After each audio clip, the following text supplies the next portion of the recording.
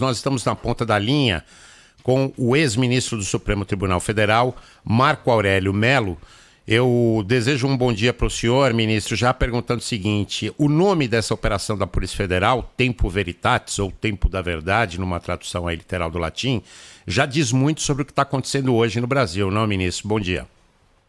Pois é, em época de crise, nós precisamos guardar a temperança, nós precisamos guardar o equilíbrio, não devemos chegar a extremos.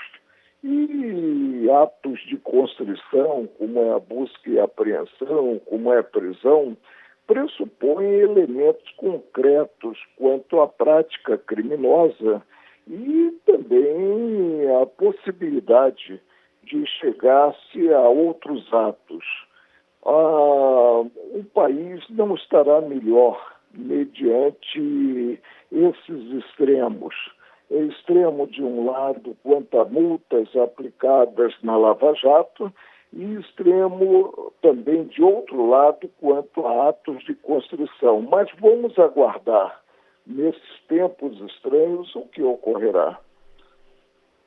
Ministro, uma outra questão se coloca hoje é o seguinte: não há muitas alternativas a serem consideradas, a não ser duas, não sei se o senhor concorda com isso.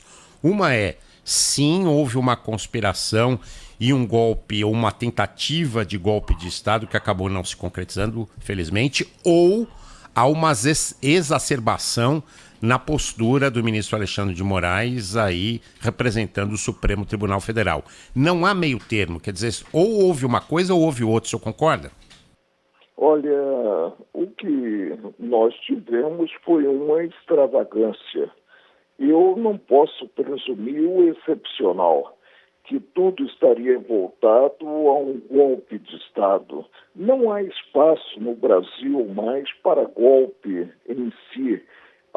Nós vivemos em uma democracia, essa democracia, passo a passo, ela vai sendo robustecida. Agora, eu creio que é hora de tirar um pouco o pé do acelerador. Ministro, bom dia. Eu gostaria até, um pouco no mesmo sentido da pergunta do Sabino, questionar o senhor em relação ao papel do Supremo Tribunal Federal. É uma das grandes críticas que se faz por parte dos aliados do ex-presidente Jair Bolsonaro, e ele mesmo já disse isso, de que o Supremo, em muitos momentos, nesse tipo de investigação, está extrapolando, está passando para uma demanda que não é dele necessariamente. Qual é ou qual deveria ser o papel do Supremo num caso como esse, um inquérito de um possível golpe de Estado? A competência do Supremo de direito estrito, ou seja, ela está delimitada na Constituição Federal.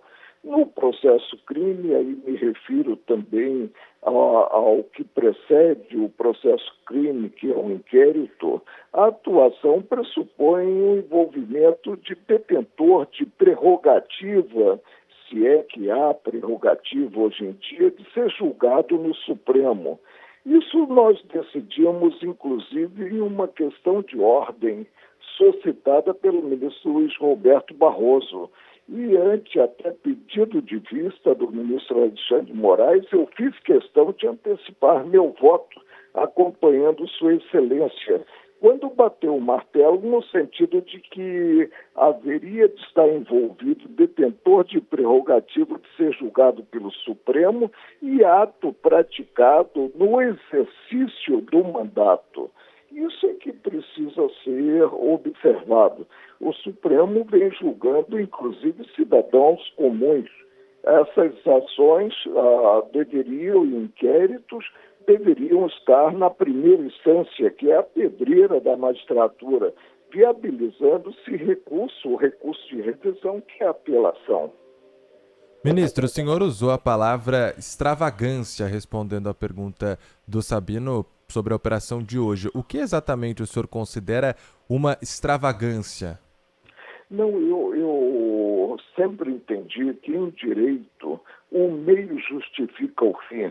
Você não pode potencializar o fim atropelando o meio. E o meio precisa ser observado, e observado principalmente pelo Supremo, porque o exemplo vem de cima. Nós precisamos aguardar e perplexos o desdobramento desses atos, inclusive de um inquérito que foi instaurado pelo próprio Supremo, e geralmente esse inquérito é instaurado por provocação da polícia ou do Ministério Público, e foi designado o relator ao invés de ter-se a distribuição desse inquérito. Refiro-me ao inquérito denominado como inquérito da fake news. Agora, evidentemente, é o Supremo que está atuando e, quando ele atua, não se tem a quem recorrer. Claro que acima de cada qual dos integrantes está o colegiado. E o colegiado a que me refiro, e o Supremo não sugere a existência de substantivo coletivo, é o plenário e apenas o plenário. Ministro, o que justificaria, do ponto de vista técnico mesmo, o que justificaria uma decisão de um ministro do Supremo autorizando uma operação desse porte? O que seria? Indícios, provas, convicção pessoal do juiz? O que pode justificar? Pois é. Eu atuei durante 31 anos na bancada do Supremo e sempre o fiz como eu disse, temperança. Sempre o fiz respeitando princípios e parâmetros. Mas nós vivenciamos tempos estranhos. Isso aí todos nós temos que admitir. Não é bom para o Brasil, a repercussão internacional é péssima em termos de segurança jurídica. E o estrangeiro, por exemplo, para investir no Brasil, ele precisa de segurança jurídica, ele precisa poder pressupor o que pode ou não ocorrer na atuação em território nacional. É óbvio que nós não vamos especular aqui, as informações ainda são restritas sobre o que está acontecendo, mas o ex-presidente Jair Bolsonaro, em conversa hoje pela manhã com a nossa colunista do Grupo Bandeirantes, Mônica Bergamo, dizia que não entendia exatamente ainda o que estava acontecendo e que provavelmente se trataria de um inquérito novo, segundo informações que ele teria recebido. A questão com base em tudo... A ligação está ficando cortada, né? Ministro está me ouvindo melhor agora?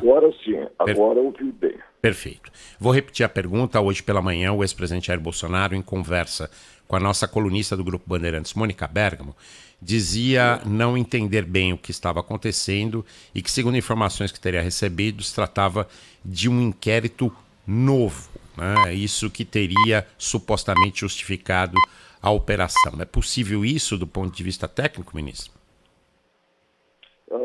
O que nós temos é que se está alimentando um antagonismo que não é sadio, que divide, inclusive, a população brasileira. Não é bom em termos de busca de dias melhores. E aí, evidentemente, com atos, eu vi hoje no noticiário, atos envolvendo, inclusive, militares de 4 estrelas, generais, almirantes. E não sei o que está havendo, a razão dessa extravagância toda. Bom, para encerrar, lembrando que esses atos acontecem no momento, coincidência ou não, que o presidente Lula se aproxima de governadores da oposição, líderes da área conservadora e aliados do presidente Jair Bolsonaro, e às vésperas de um carnaval no Brasil em que a população fica totalmente focada para essa festa. Ministro, muito obrigado pelas suas ponderações aqui, pelas suas informações, viu?